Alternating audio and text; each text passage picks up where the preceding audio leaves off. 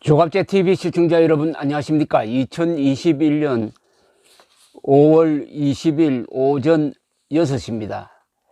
우리나라가 채택한 이 자유민주주의가 기능을 하려면은 3대 자유가 보장이 되어야 합니다. 가장 중요한 게 언론의 자유입니다. 그리고 선거의 자유입니다. 그 다음에 사유재산권의 자유입니다. 흔히 사유재산권 문제에 대해서는 우리나라에서 이 정치적 자유나 언론의 자유처럼 소중하게 여기지 않는 경향이 있습니다. 그런데 어떻게 보면은 사유재산권의 자유가 가장 큰 자유일 수가 있습니다. 칼 마르크스가 공산당 선언에서 사유재산 철폐를 선언을 했는데, 칼 마르크스 스스로도 가장 중요한 계급혁명은 사유재산을 철폐하는 것이다. 사유재산 제도의 철폐다. 그러니까 공산주의와 자유민주주의의 결정적 차이는 사유재산을 인정하느냐 안 하느냐는 거죠. 근데 사유재산이 없으면은 자유도 없습니다. 자기 재산이 있어야 큰 소리 치면서 자기가 스스로 자기의 운명을 개척할 수 있는데, 재산을 몽땅 국가나 당이 가져가 버리면은 그 순간 노예가 되어버리는 거죠. 왜?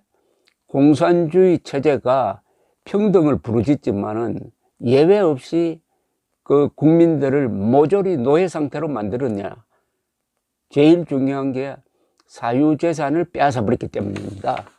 그런데 사유재산을 존중해야 되는데, 이 문재인 정권이 들어서 특히 사유재산권을 무시하고 있는데, 아니 사유재산을 적으로 보고 있고, 부동산 정책이라는 게 이게 모든 국민을 집 없는 사람으로 만드는 게 목적이 아니냐. 집을 가지게 되면은 보수화돼 가지고 우파 정당을 찍는다.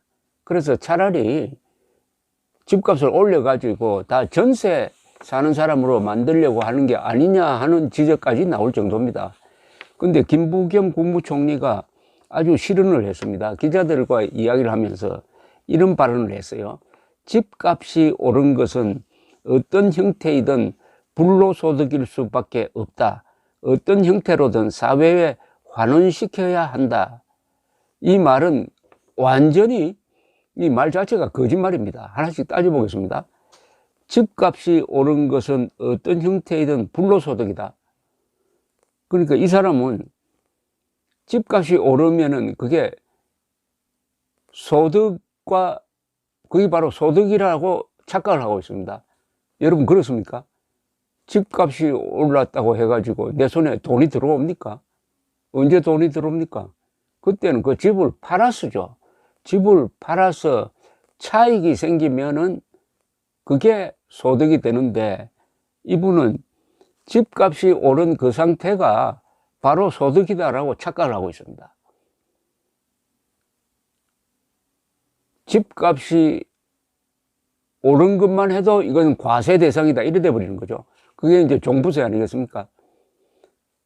집값이 오른 것이 소득이 오른 것이라고 착각을 하고, 이 무식도 이런 무식이 없습니다. 팔아서 시세 차익이 생기면은 거기에 양도소득세를 부과하는 것으로 끝내야 되는데, 이 노무현 정부 때 일정한 규모의 집, 규모 이상의 집을 가지면은 가진 상태, 그게 바로 소득으로 간주를 해가지고 종부세를 매기는 건데, 그 말을 그대로 대표를 했는데, 그 뒤에다가 어떤 형태로든 사회에 환원시켜야 한다. 사회에 환원시켜야 된다는 말은 세금으로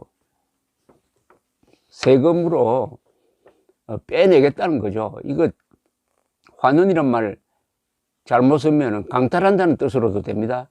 조심해야 됩니다. 환원하면은 이게 무슨 좋은 말인 것 같지만은 거기에 논리가 구성이 되지 않고 법리를 떠나면은 그것은 국가가 강도지다는 겁니다.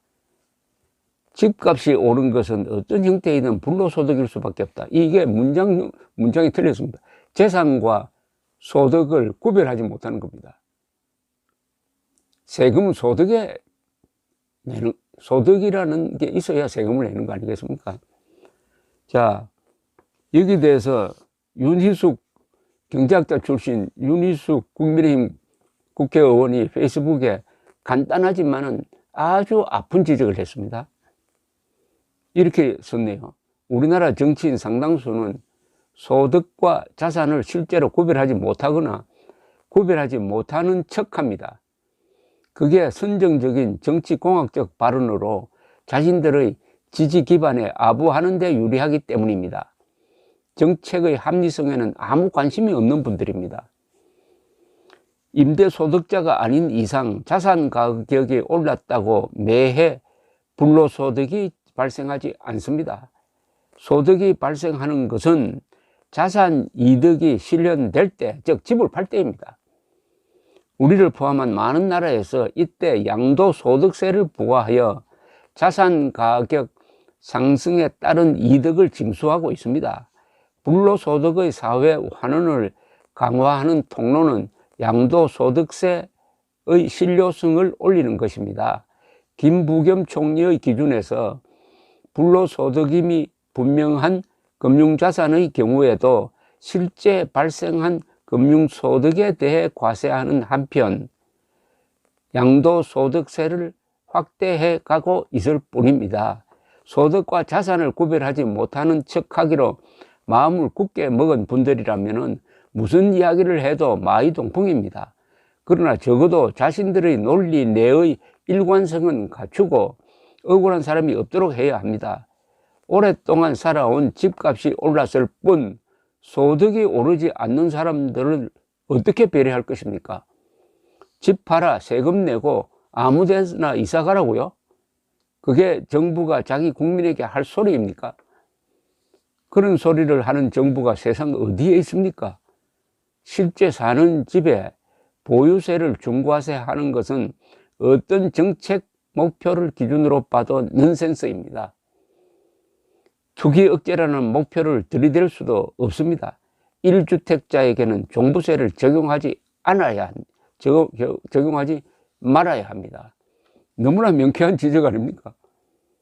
많은 종부세를 얻어맞은 많은 사람들이 느끼는 이 억울함. 집값이 오른다고 한들 집이 한 채밖에 없는데 어떻게 소득이 없고 집값만 오르면 어떻게 세금을 내야 하느냐? 유일한 방법은 집을 파는 것이다. 집을 팔아가지고 양도소득세 내고 거기서 남은 돈을 가지고 종부세를 낸다. 이게 말이 되느냐? 이게 조세정의냐? 그런데 김부겸이라는 분은 아마 그것도 더 강화하겠다는, 종부세도 더 강화하겠다는 취지로 보입니다. 집값이 오른 것은 어떤 형태이든 불로소득일 수밖에 없다. 아니죠. 집값이 오른 것은 재산 가치가 오른 것이고 소득이 아니다. 소득은 미실현 상태다. 그러니까 한 집 가지고 있는 사람에 대한 종부세 부과는 신중해야 하고 그것은 조정할 필요가 있다. 이렇게 해야 될 텐데 이 김부겸 씨는 좌파 운동가 출신이니까 이 사유재산에 대한 존중심이 없는 것 같습니다. 거의 없는 것 같아요. 아니면은 알면서도 윤희숙 씨 이야기대로 모른 척 하는 건지 이 말에 대해서 이 정부가 답을 내야 됩니다. 집 팔아 세금 내고 아무데나 이사 가라. 국민들에게 그렇게 말하는 정부가 이 세상 어디 있느냐. 감사합니다.